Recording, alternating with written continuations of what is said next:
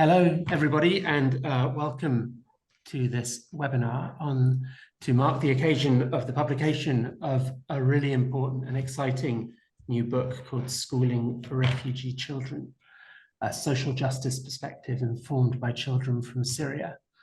My name is Dominic Register. I'm the Director of Education at Salzburg Global Center, and we are proud to partner with UCL and MAPS and all of the other authors involved in this publication to help with the launch of the book. Brian Lally, who you'll be hearing from later in the webinar, is a Salzburg Global Fellow and was part of a program that we organized at the end of December, the end of 2019, just before the pandemic, made a massive contribution to that program, looking at refugee education and workforce opportunities in different geographic contexts. So as I said, I'm the director of something called the Center for Education Transformation here within Salzburg Global Seminar. All of our work that we do, whether it is around in-person strategic convening or supporting different kinds of networks, is designed to support systems that are moving through a process of education transformation, which is a major trend in global education at this point in time, in many ways catalyzed by the great work of UNESCO since 2022 through the Transforming Education Initiative that they have been leading. And I think many of the themes that we're going to talk about in this webinar resonate in both refugee education contexts around the world, but also in mainstream educations as system leaders, policymakers, practitioners, educators, playing all sorts of different roles in their respective systems, think about how the purpose and practice of education is evolving as we move through this decade, the century. So the book, Schooling for Refugee Children, came out last week. It's a collaboration between 5 authors who are all exploring different interactions they have had with refugee children displaced from Syria in and around Lebanon and in London. And it's fantastic that 4 of the authors can be with us today. What I would like to do now is pass to Dr. Fadi, who's the founder and general director of MAPS, which has been in many ways the coordinating organization behind the book and through their ongoing work in Lebanon. Dr. Fadi is going to introduce MAPS's work and give a bit of context. So Dr. Fadi, thank you very much for being with us. Thank you so much. Yeah, hello everyone. I'm so happy to be with you and really proud to see this now event and the book is published, and now another channel and in a very important and strategic way will open to explain about the experience of our education program together with many stakeholders. So thank you so much for that. And just to introduce myself, I'm the director of MAPS organization, and I have master's degree in health management and policy from American University of Beirut, and now leading the work of MAPS organization. We have now 12 education center or schools. At the same time, we have a specific program for innovation and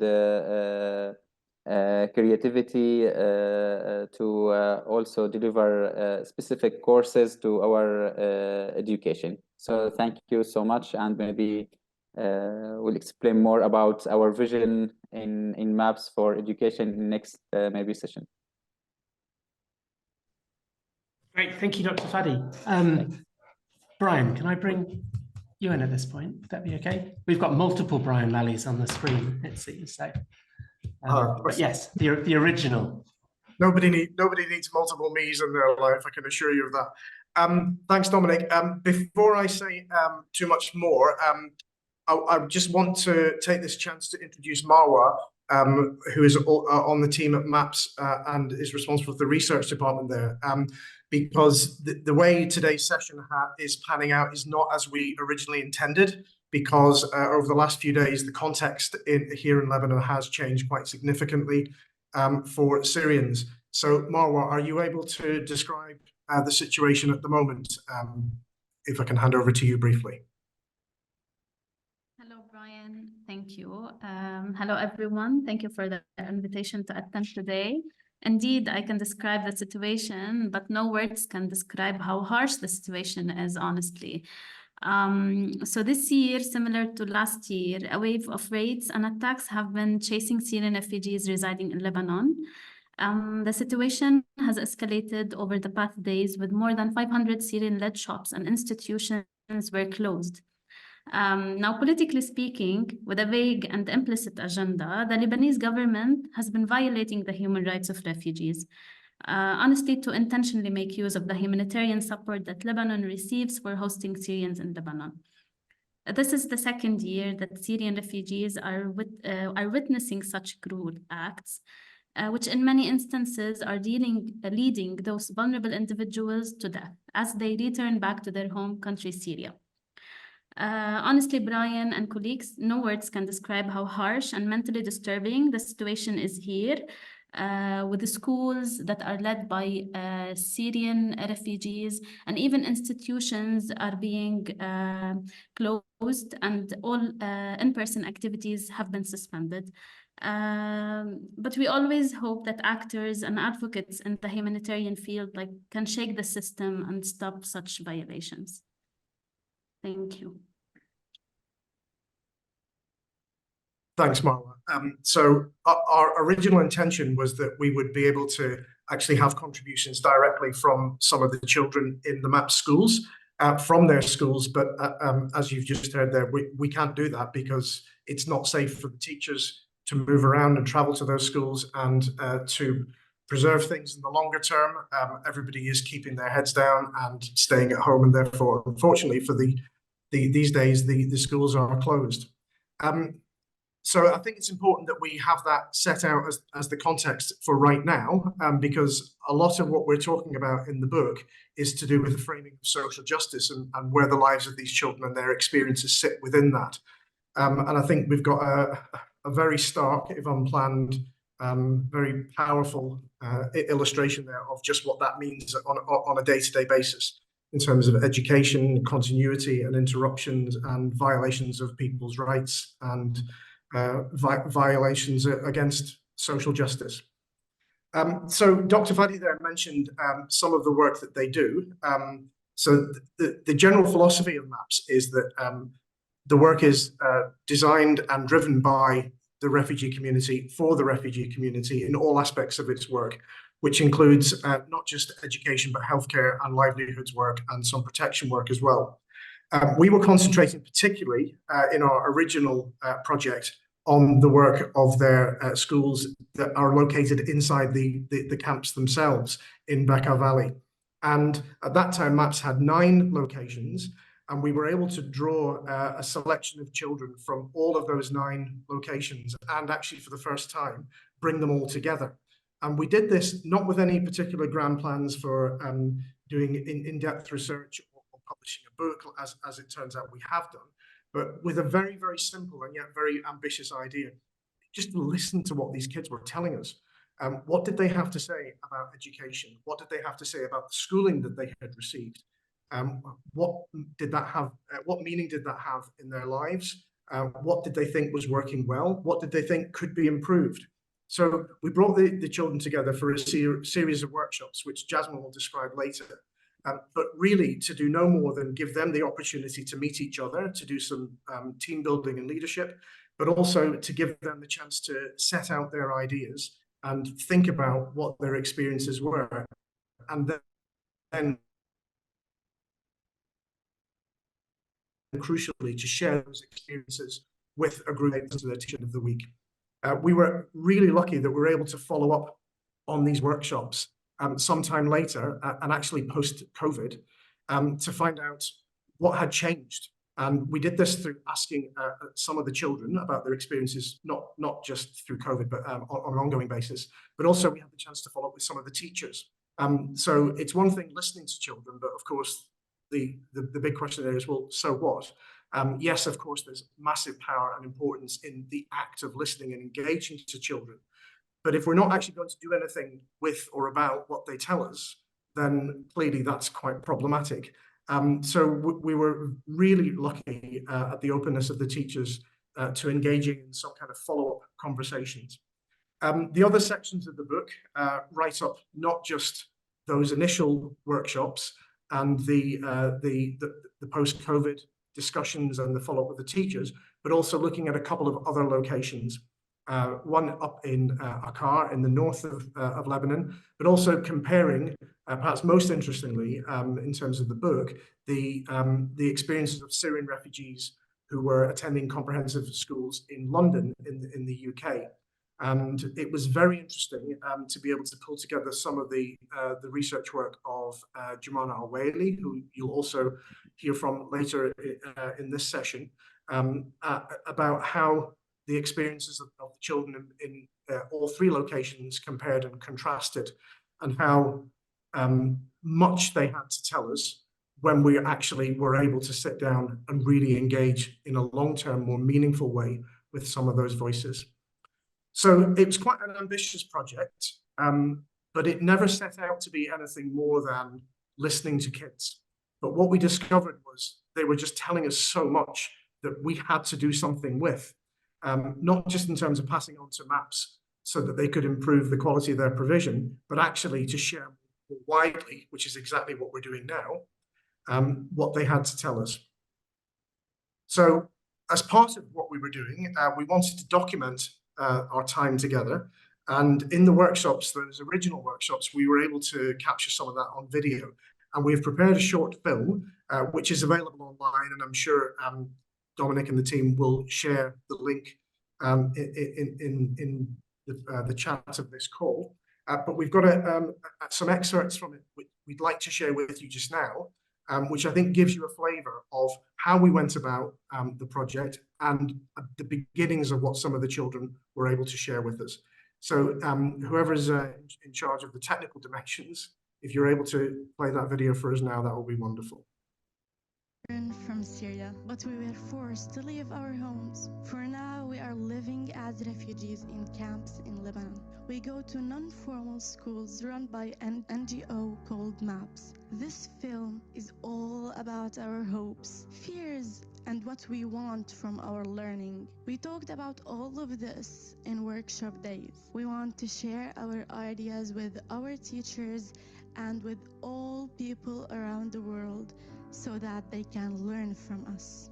The project is focused on the idea of recognizing the value of children's voices and recognizing children themselves as participants in global interaction. هلا انا اول ما فتت فكرت انه الطلاب جايين يتدربوا على شيء مثلا ريبورت او شيء بالعاده هيك بيجوا هون بيعملوا كورسات انجلش هون. فتفاجأت انه كل طالب معه رسالة وعم يكتب. هلا بالبداية ممكن كان في عندهم تلبك، في عندهم خوف، تردد، حتى كان في منهم يعني عم يعتذر انه بالنهاية هو بفتكر انه عمل شيء سيء. لا، هو ما سيء، هو عبر عن رأيه، عبر عن احتياجاته، فهو كتير شيء إيجابي. Very rarely do children have a voice in decision making about education, about anything actually, but especially about education. لازم يكون في محاضرة قبل ما تبلش السنة. أول شيء بناخذ بعين الاعتبار الاقتراحات اليوم اللي اقترحوها الطلاب فندمجها بالتعليم. كان كتير حلو إنه هن عبروا عن الشيء اللي بدهم إياه، وحتى إنه قدام معلمينهم حتى إذا كان نحن في عنا نقص نحسنه وتقبلنا، والكل تقبل إنه أي شيء. يعني هذا بالعكس نحن بنحسن حالنا مع الأيام، إنه في شغلات بجوز نحن منا منتبهين لها. طلاب الأشياء اللي حكوها اليوم أعطتنا خبرة أكثر، وقفتنا عند نقاط معينة لازم نشتغل عليها. كل مدرس لازم يعمل ستوب، يعمل تقييم لنفسه، كيف هو عم يتعامل مع طلابه، شو الأشياء اللي لازم يشتغل مع طلابه عليها ليحسنها، بحيث إنه لا يعطي درس نموذجي ومثالي أو يحقق كمان رغبات طلابه بالنهاية. They're the best people to say actually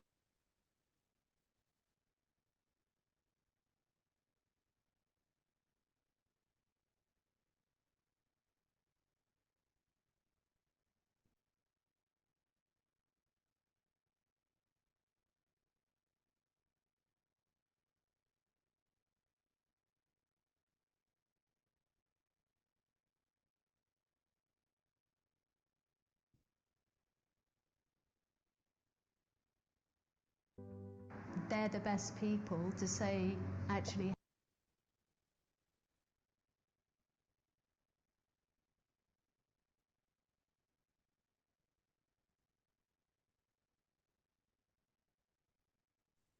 Sorry, I think this time it's the Austrian internet that is a little bit buggy. I think I'm going to try load the video again, and maybe we can come back to the second half. Brian, is that okay? I'm sorry for that. Yeah, that's absolutely fine. But I also love how this is a fantastic illustration of the challenges of online resources. And this was one of the things that came up in our research post-COVID. So there are so many people that have tried, particularly in education and emergencies, to make a big deal out of how resources and education was digitized and it all sounded marvelous and rosy. And yet the reality is that certainly the communities that MAPS is working with, these are kids that are very unlikely to be in a family that has a laptop. Almost none of them have. If they're lucky, maybe one of their parents might have a smartphone.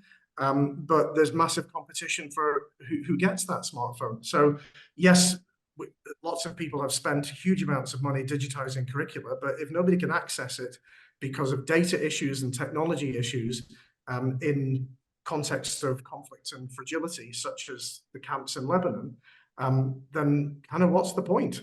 And if we can't even rely on it in lovely old well-resourced Europe to work effectively, how on earth can we expect that this is a viable workable solution for children in refugee camps throughout the world?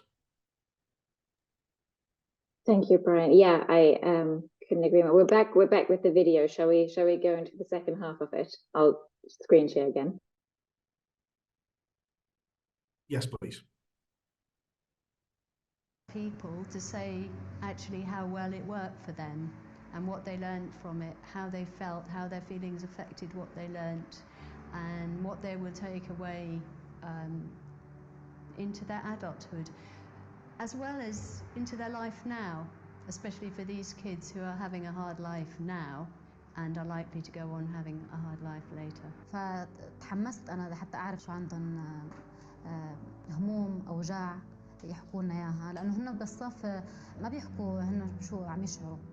فوقت اجيت قعدنا كتبت شو هن اقتراحاتهم. هلا عم يوصلنا هي الفكرة مشان يورجونا إنه نحن مو مجرد أطفال بس، نحن إنه شيء كبير، إنه نحن كمعلمين إنه بدنا ندرس المعلمين، نحن قدامهم لازم نوقف وما نخاف أبداً ونعلمهم هذا الشيء، نعطيهم المحاضرات، لازم نكون متعاونين. الإنسان يتمنى أشياء كثيرة ويحلم بأن يصبح في المستقبل طبيباً أو مهندساً أو معلماً، وما سيقدر الله له سوف يعمل به. وأنا أتمنى وأحلم أن أصبح كاتباً مشهوراً، أكتب قصصاً للأطفال وقصصاً للكبار، أكتب لهم كيف كنا نعيش بأمن وأمان في بلادنا الجميلة. فجأة لا أعرف ماذا جرى، كل شيء ضاع وضاع البلد وضاعت الأحلام واصبحنا في بلد اللجوء. سأكتب لهم كم تعذبنا وكم اشتقنا لبلادنا وجيراننا. سأكتب لهم هذه وسأقول لهم كيف درسنا تعلمنا، لأننا عندما نعود إن شاء الله إلى بلادنا سنرفع رأسها عاليا وسنبين لبلدنا العز والخير. أتمنى أن أصبح كاتبا وأعود إلى بلدي الجميل.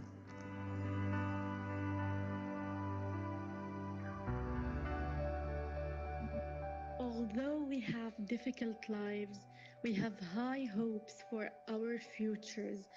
We plan to go home to our country, Syria, to rebuild it and celebrate its people.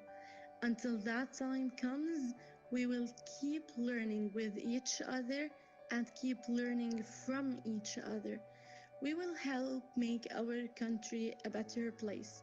We will help make this whole world a better place through our close bonds with our friends, families, and teachers.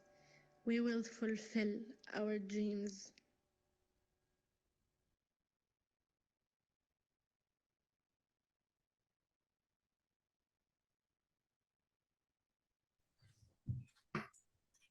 thank you, Corinna, for sharing the video and being so calm under pressure when things went wrong. So what we're going to do now is we're going to hear from three of the other authors of the report. So Jasmine Costello is going to speak next about the workshops that the team ran. We'll then hear from Eleanor Hargreaves and Jumana Alwelio, who are going to both talk about two of the theoretical frameworks and research bases that informed the final book, the final project. And Jumana will then talk a little bit more about some of the insights from the Syrian children in London. And we'll then open it up for questions and discussion with everybody on the call for the final 20-25 minutes. So if you think of questions while people are speaking, feel free to put them in the chat, and I'll try to make sure that we get time to address them or save the questions. And we're a relatively small group, so it'll be easy to come on camera if you're happy to do that and unmute and contribute. But Jasmine, could we pass to you for the next section, please?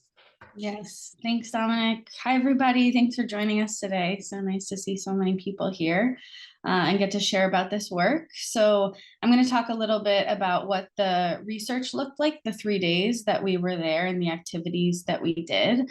As you got to hear from Brian and from the video, you got to see a sense of our goal going into that space, which was really to center the voices of the students themselves. And have them represent their own experiences and reflections about their schooling. So what we did is we crafted these research workshops or different research activities that aimed to give the students multiple ways to express kind of their thinking and their perspective and their experiences. Also in like age and developmentally appropriate ways, right? We all come from teaching backgrounds and wanted to make sure that that those avenues were there. So we started on day one, and we traveled to about 5 of the different schools around. When on day 2 and 3, the students traveled to the MAPS headquarters from all 9 schools, but on day 1, we went there to introduce ourselves and the project and hope to just put the students at ease. This is not evaluative, this is optional, this is who we are, and that we just wanted to hear from them.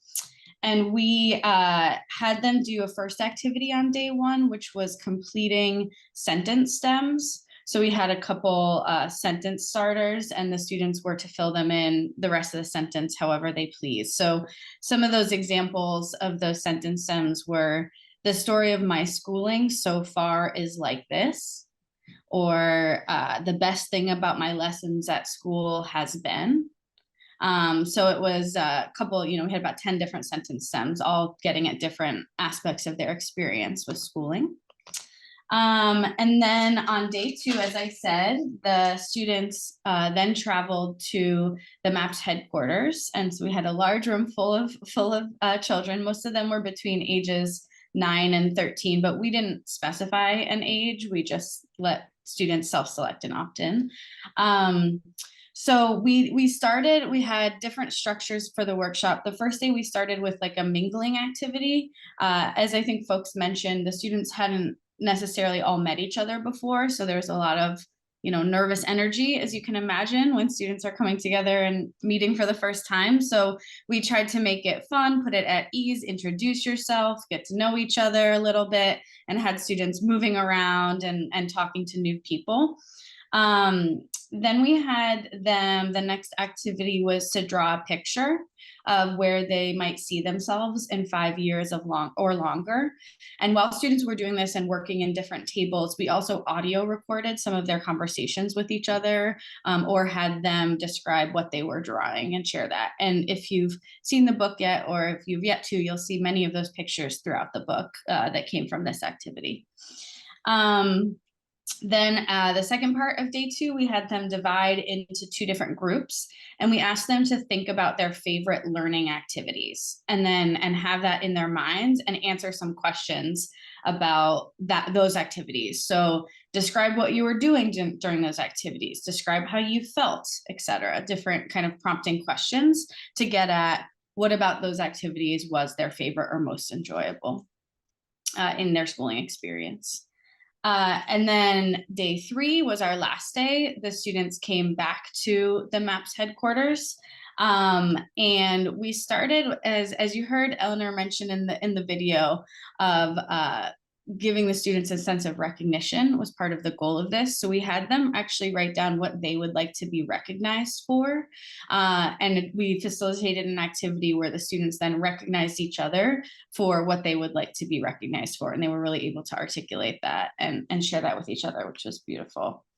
The next activity, we had them write a letter to their future teachers. As you saw that pictured in the video, many of the students reading their letter to their teachers, or they were hesitant, or, you know, because they were speaking directly to those teachers. And then the teachers were just incredible. Like they really, it was amazing. And when the students actually read the letter to the teachers were supportive and encouraging and like really actively listening. So that was amazing, and it was really wonderful to see what the students captured in that letter of what they would share with any future teachers. Yeah, and then we closed out with just like a final evaluation about how they felt about the research workshops and activities themselves, and get some direct feedback from the students as they were the direct participants. We also filmed some video interviews throughout the days of students and teachers and some family members as well, while the time that we were there, as another source of research that we collected. But yeah, that's pretty much what we did during the days. It was, you know, magnificent to see and hear directly from the students. And even though they, you know, were a little bit nervous at first, they really got into it and really shared some amazing stuff. So that was pretty much how our 3 days worked.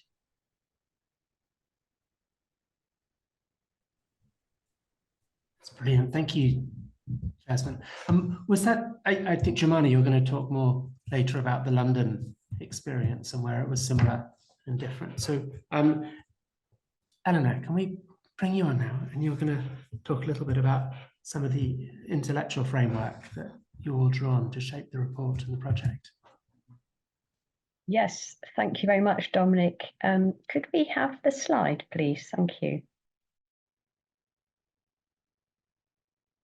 So, in our research, we drew on 2 frameworks, and I'm going to describe the first one. This picture here that you're seeing on the screen is the most amazing picture that kind of summarizes our whole book. We have here the flower in the middle is the child, and the watering can is education. And you see the flowers on either side have no water, so they are wilting and dying away, but this one in the middle is flourishing. And so our whole event today is trying to think about what it is that makes these children flourish in their schooling specifically. Next slide, please.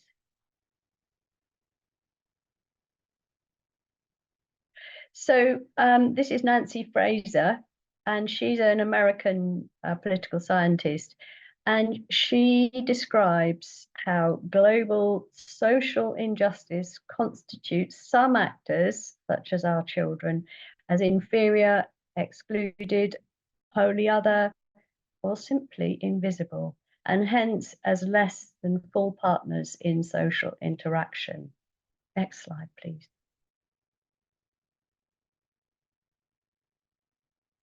So the framework we used is she equates social justice with parity of participation, everybody participating equally. And this comprises 3 essential but interconnected aspects. Parity of distribution of wealth, the one that we're all familiar with as justice. But then she goes on to say, without the next 2, this will not bring around social justice. We need parity of recognition of status. So as Jasmine described, this whole project was very much about recognizing these children as agentic beings who need recognition as much as everybody else in the world. And thirdly, even more important for our book, parity in representation of voice. So our whole book is a representation of the expressions of the children, both through drawings and through their words. Next slide, please.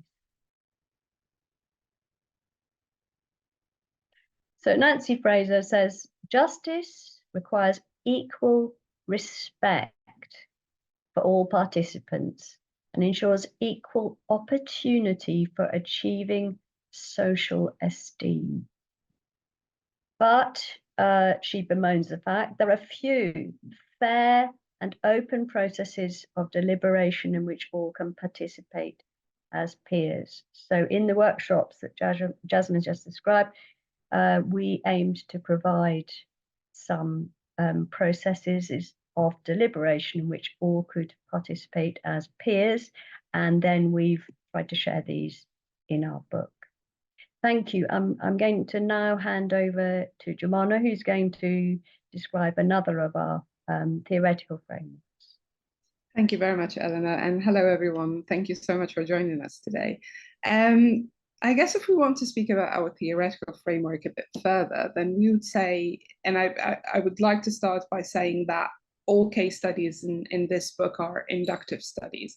So we had the Nancy Fraser social justice, parity as participation framework in mind when we approached the children, but then it was their voices who shaped this theoretical framework as it is in the book now.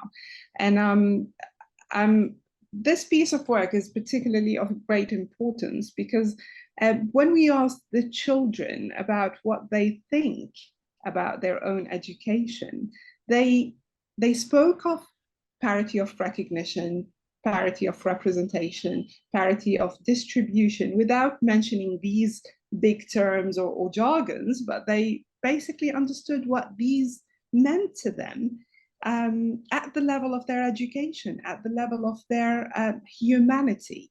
And so when specifically speaking about the case of London, for example, when I spoke to the children, they were seeking a new home. They spoke about being in a new country. It is a safe place legally. They feel safe. They're not being shot at or they're not being bombed. They have a relatively safe place to live in. They have some friends. They go to a school every day, yet they did not really feel safe. They spoke about safety as a different conceptualization of what we frame safety as in our everyday life. Safety for them was being safe from being stigmatized or discriminated against or marginalized. Safety was about their overall living conditions. They didn't want to have a restricted movement, for example. They wanted their schools to understand their needs for this kind of safety. And therefore, and in order for them to have this sort of safety, they used to wave together those very thin stories of temporary lives that they lived in between stages. The thin stories were things that people wanted to hear. So they were living and acting the role of refugees, but hiding everything else. They did not belong, and therefore they did not learn. So this whole process guided our theoretical framework, where we found Colley's framework of resemblance of ordinariness or regaining a sense of home extremely important in understanding their experiences. Colley sees that the need for safety would pave the way to putting together or being or feeling a better sense of belonging, and both of these feelings would guide their will, or the children's will, to learn and succeed in school. However, if we can move to the next slide, please.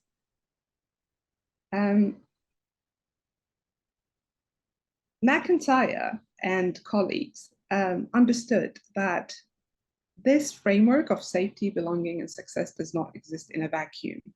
it needs or necessitates the existence of conditions of social justice in order for the sense of, or regaining this sense of ordinariness or a sense of home to be felt and to be enacted.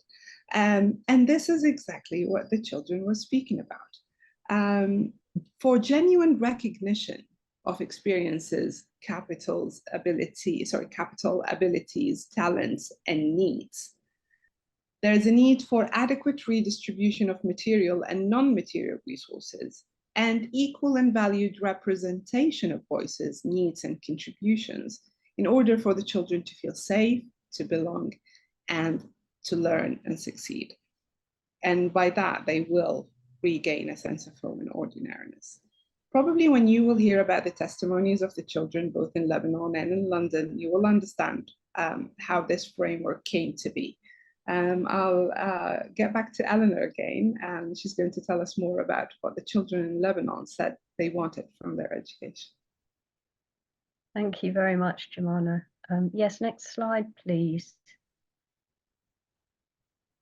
So I am indeed going to share some of the voices, the words of the children, and a couple of pictures. This is just one of my favorite pictures. It's done by quite a young child, and it shows, I think, beautifully the sense of belonging, which is something, as Jemana's just said, that is so important to these children, and something that they need to thrive at school. Next slide, please.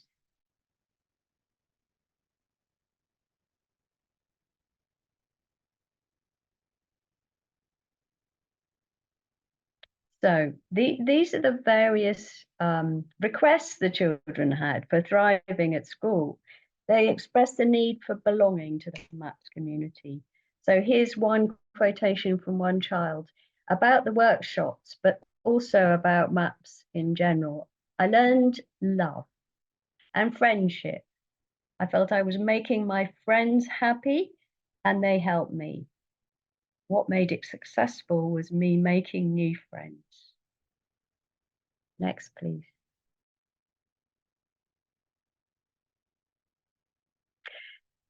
And interestingly, as people who've been generally marginalized, they were very adamant about teaching and learning being inclusive of everyone, young and old, whatever their competencies, if you like. And this is what one child wrote to her teacher: I hope you treat students fairly inside and outside the classroom. And that meant looking after everybody. Next, please.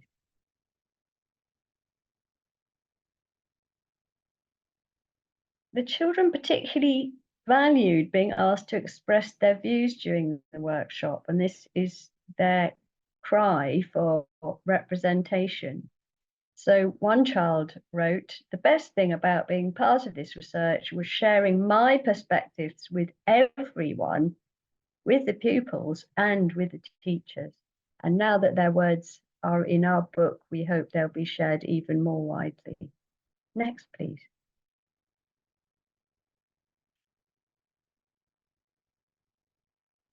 So the children admired and respected teachers who championed a sense of safety and belonging for them.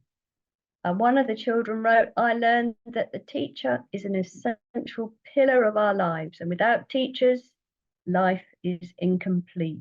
Great appreciation, as we saw in the original illustration with the watering can, for the role of education and teachers' role in bringing it to them. Next one, please.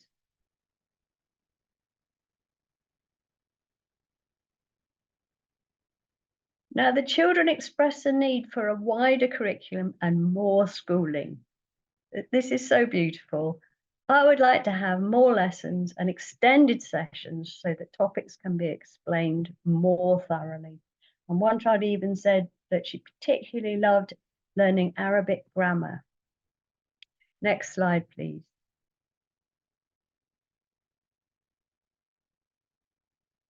And like all children, in all the world, probably, the children wanted learning to be fun. Dear teachers, wrote one child, please offer the students some fun in the classroom so they don't get fed up during the lesson.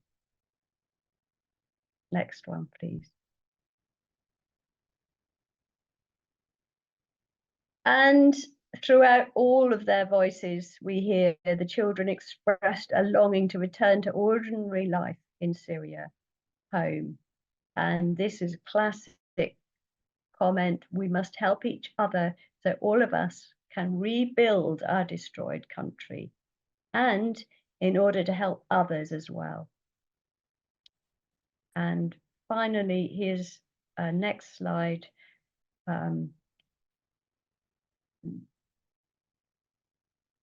The children expressed a strong will to succeed despite all the setbacks, which is really quite amazing. We are learning something now, and we are happy that when we grow up in the future, we will be something big. That's such a great success for MAPS to have children aspiring in that way.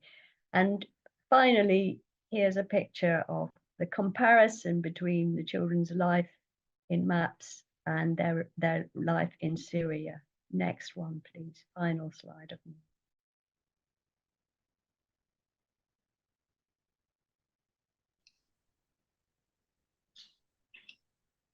Thank you.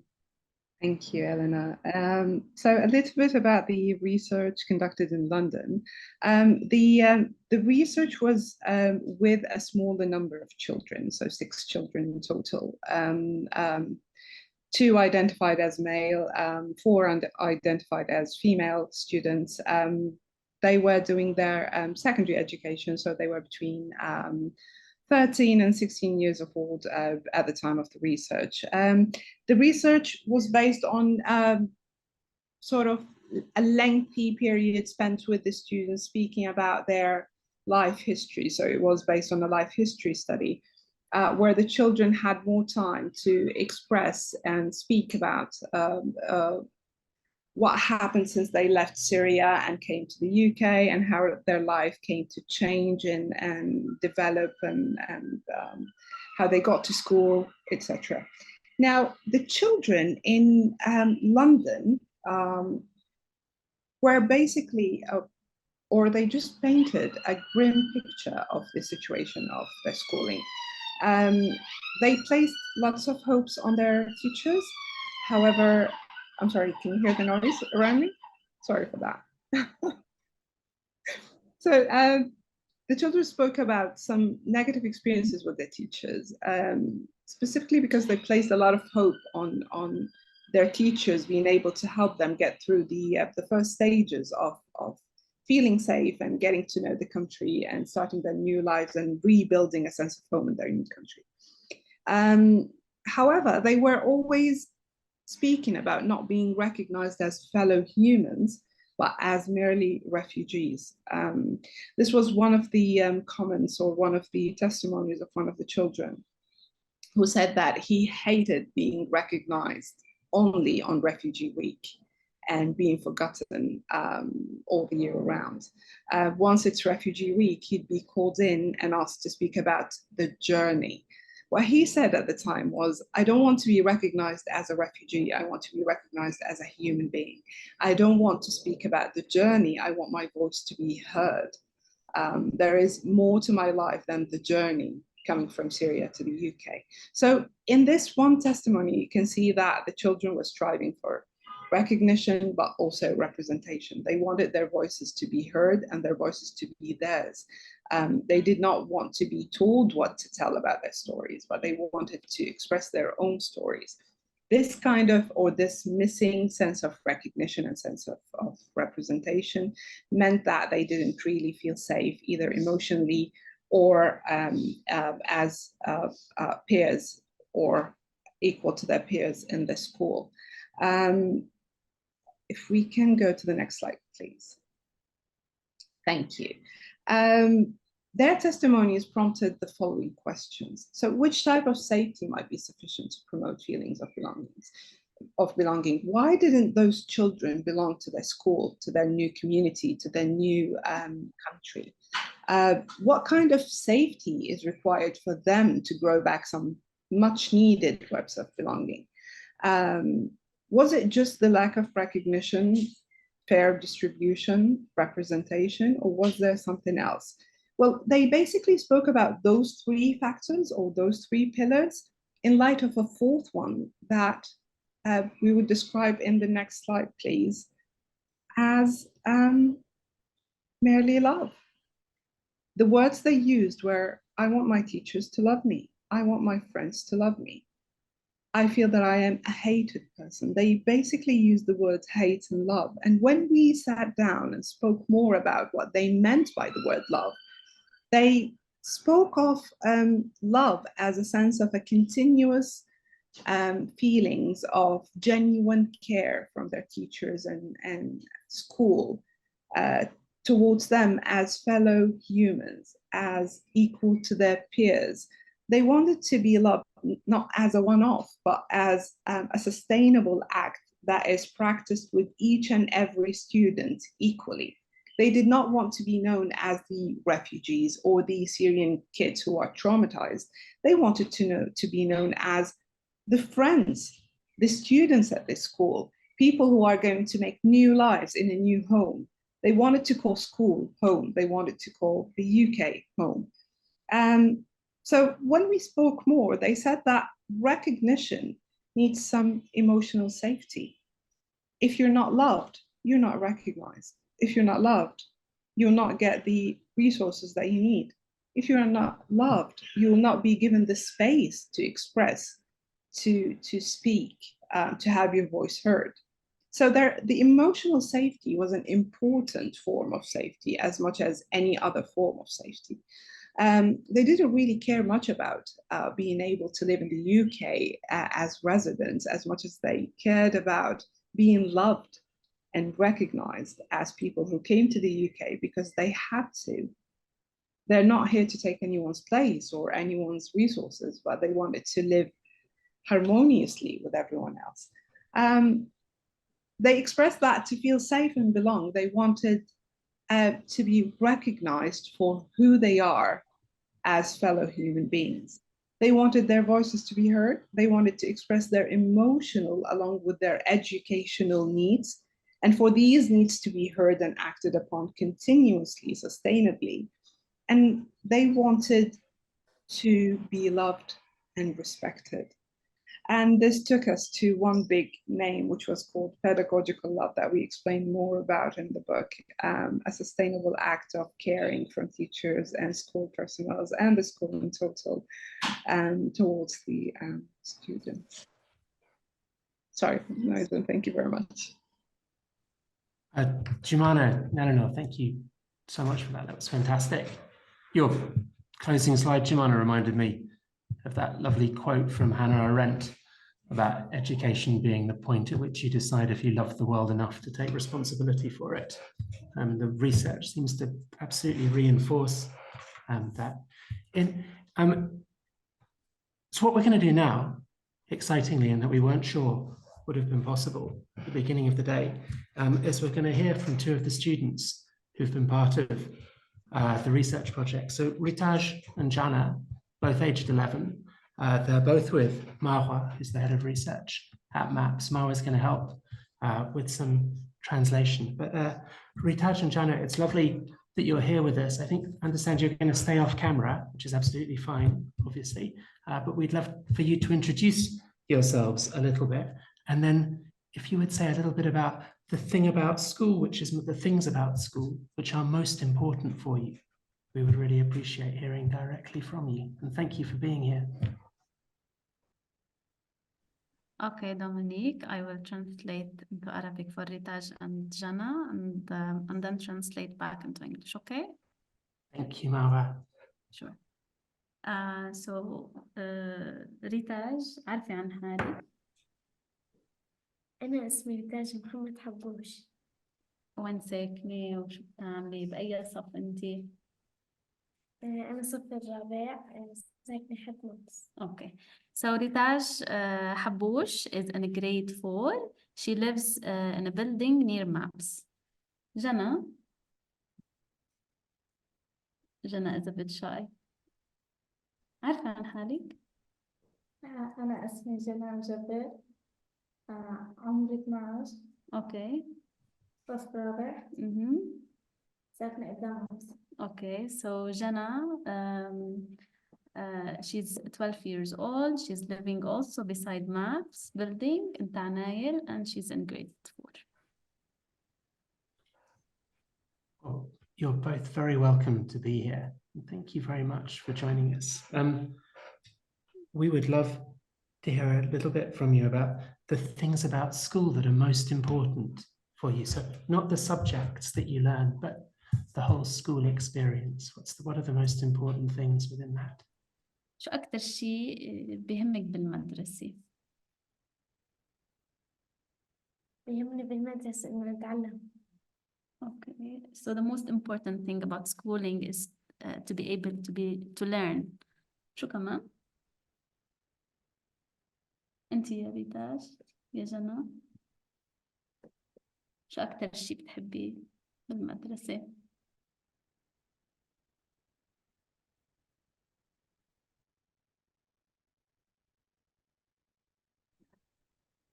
بحب الأنشطة وبحب المدرسة. Okay, so Jana loves the teachers and the whole idea about school and attending school. Are there things that the school does that really helps you? شو الشيء اللي بتساعدك فيه المدرسة؟ علي صوتك. الدراسة. شو كمان؟ شو كمان؟ احكي لي عن شو. انت يا جنى. شو؟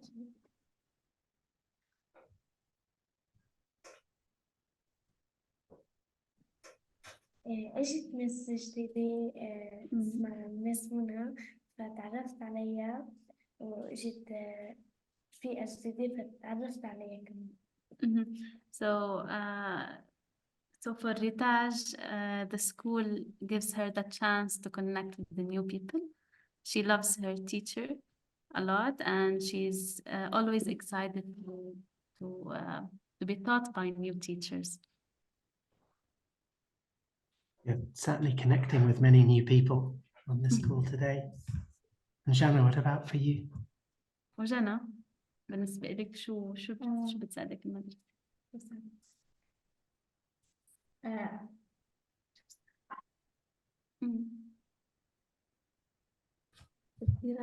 غيره.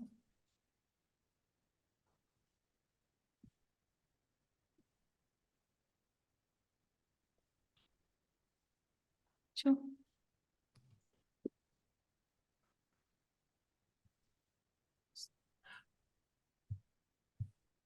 Well, I'll tell you what.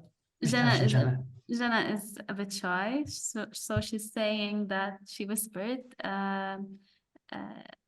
the school gives her the chance to play with other friends, to have fun activities and other activities and the trips.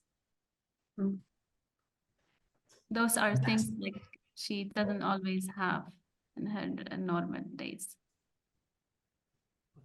Thank you both very much for sharing that and sharing your ideas.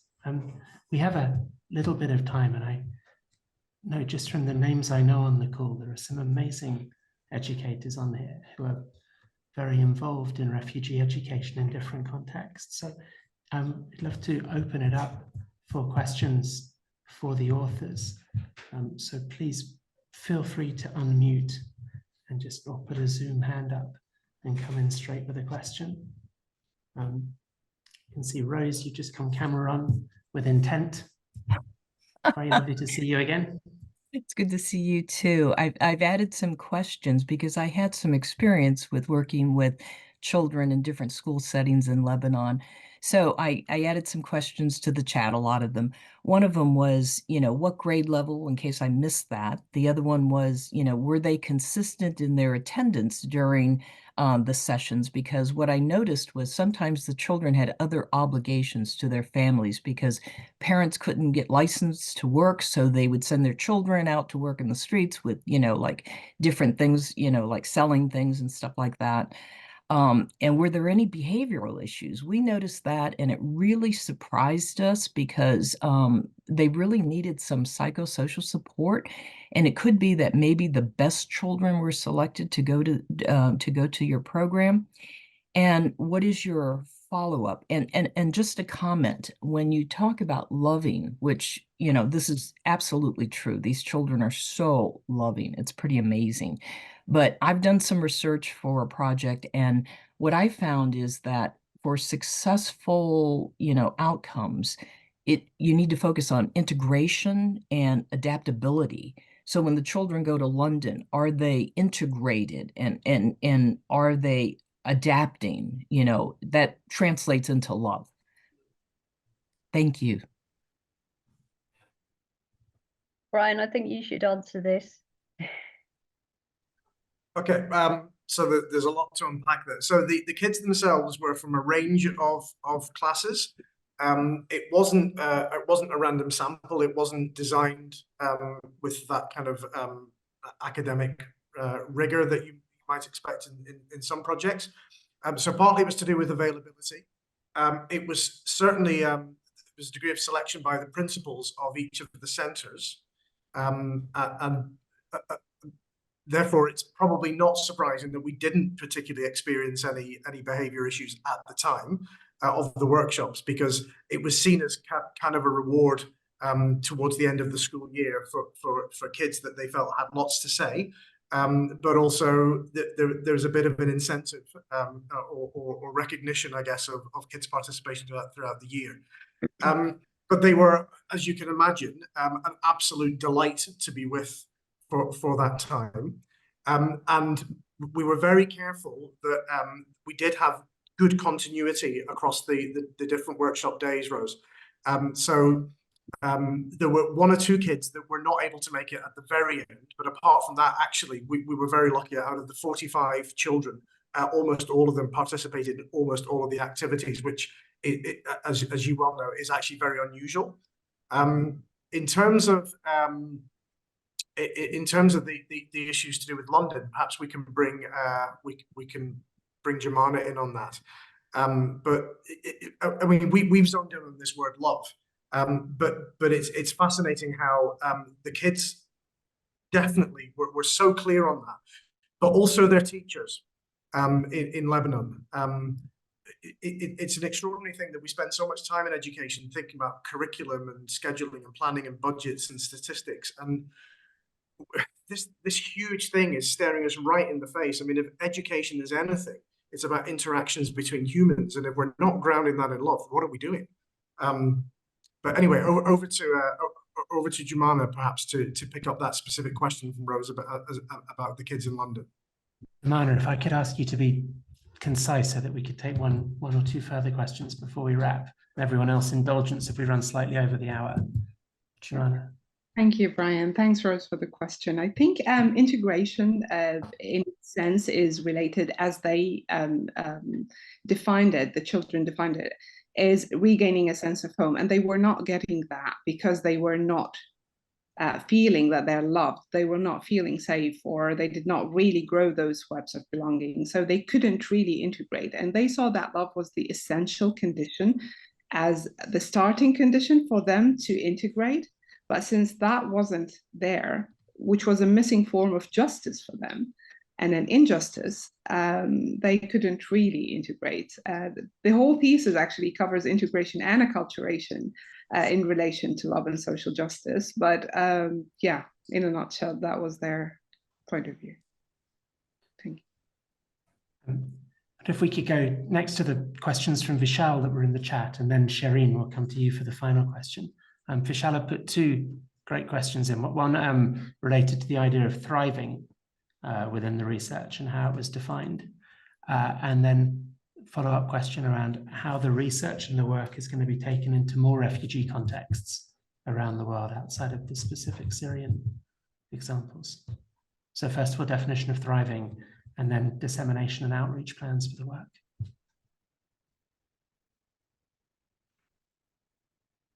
Well, shall I have a go at the thriving issue?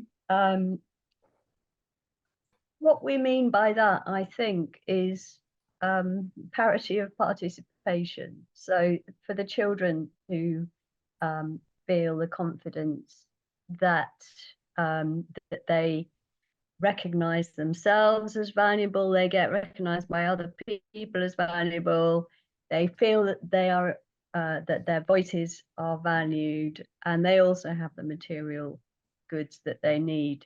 And I suppose I'm just adding this myself, but not something we emphasize that much in the book, but you know, that they're agentic, and we were very struck by how much agency these children displayed on the day.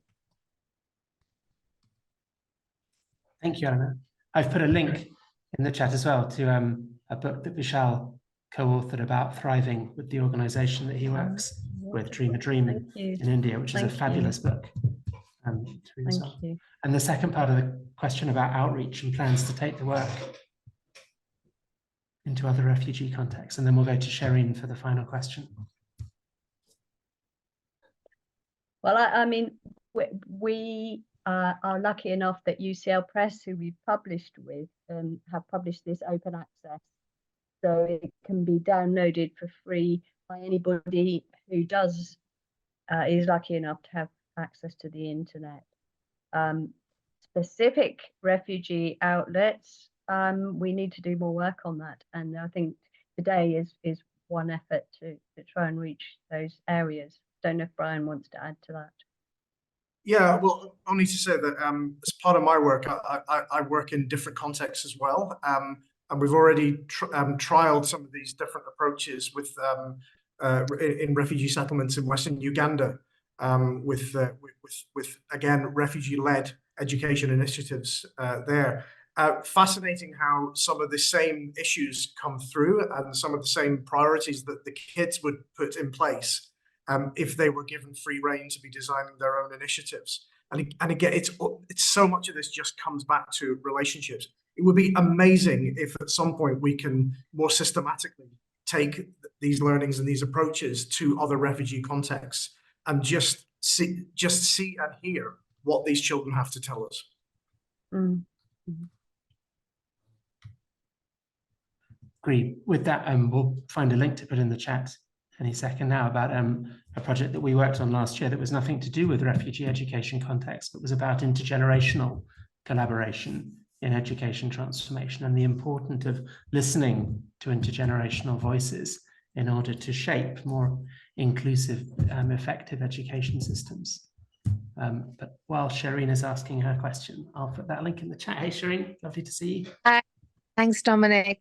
And thank you for having this. And this was really, really excellent for me, especially Brian, hear you talk, because I am hopefully going to be going to Jordan to work with Palestinian refugee students on issues of empowerment, education, engagement, and owning owning their own sort of curriculum.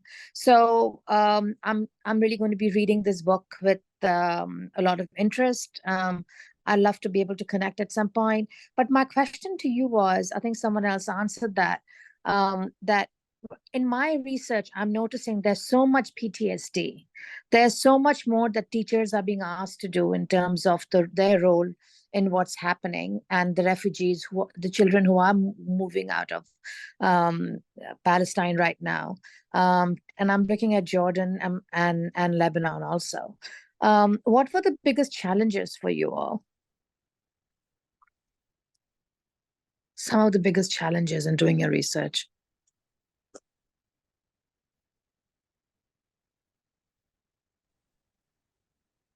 May I just quickly say something? I think one of the big challenges that I faced, and thank you, Shireen, for the question, was that the children were only framed as those with PTSD in the first place. So it might have been one part of them that they suffered from PTSD, but there were more than that to them. And they wanted this part to be seen and to be heard, and they wanted their voices to be heard, not just because they had this PTSD and they wanted help in this regard, but they also wanted help in other regards, and they wanted to be loved without being looked at as traumatized children who needed help. So I guess this was one of the major things that came out of the London study. Eleanor, what do you think? Did you see that in the Lebanon study as well? You know, I'm still.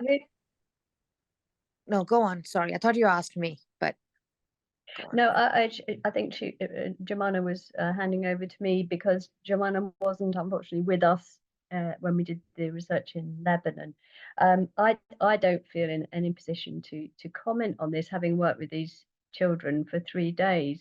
Obviously, the trauma was everywhere. It was clear, it was obvious, and yet what really struck me was how amazing these kids were despite all of that, and their enthusiasm, their hard work, their relationships, their relationship building with each other. It's just such an amazing example. But that doesn't really address your question, and I'm not going to say any more about that. I don't have the knowledge. Thank you. Come in for the last word. Yeah, well, just picking up on that, I mean, we could have an 2 or 3 hours discussion of this anyway. We mustn't forget that so many of these children were either very young or born after they had arrived into Lebanon. So the traumas that the kids had experienced, and they're huge, or that don't always directly come from what they saw and experienced prior to leaving Syria. For sure, that's a major element with some of them, but we must not dismiss the trauma of their day-to-day lives as they're experienced it in Lebanon. So, for example, particularly in camp context, we know that substance abuse, domestic violence, sexual abuse are all sadly very much on the rise and are just a part of everyday life for these kids. But also, just to share quickly, so I was embedded with MAPS for several years, working in teacher training and working to support them more generally. So I spent a lot of time in classrooms and a lot of time talking to teachers. I was really struck. The first conversations I had with teachers, they kept telling me, oh my gosh, the behavior of the children is so bad, they're so traumatized, they can't sit still, they can't listen to each other, they're always fighting with each other. That's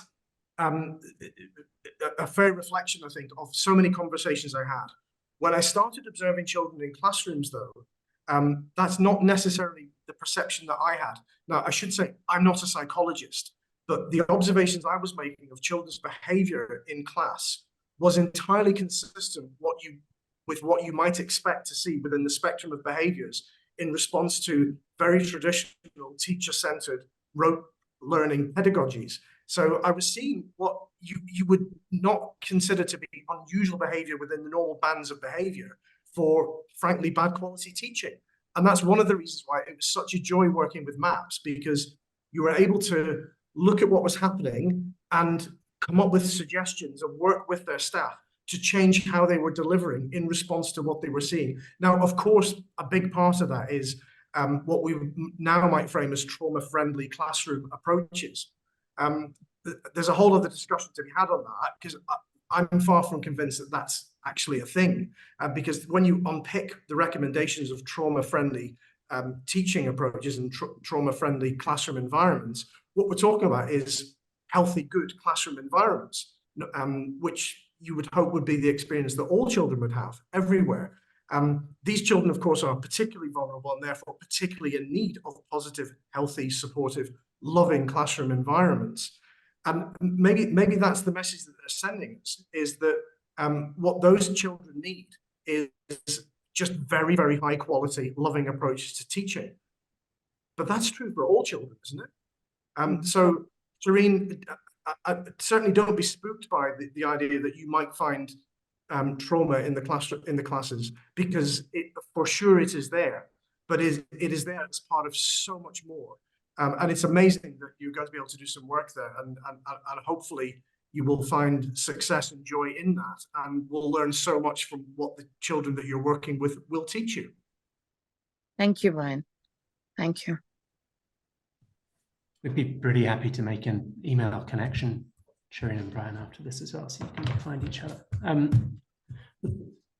Thank you all ever so much for joining today, particularly thanks to Brian, whose idea it was in the first place, and to Eleanor, Jasmine, and Jumana for their contributions, and to Ritaj and Jana and Dr.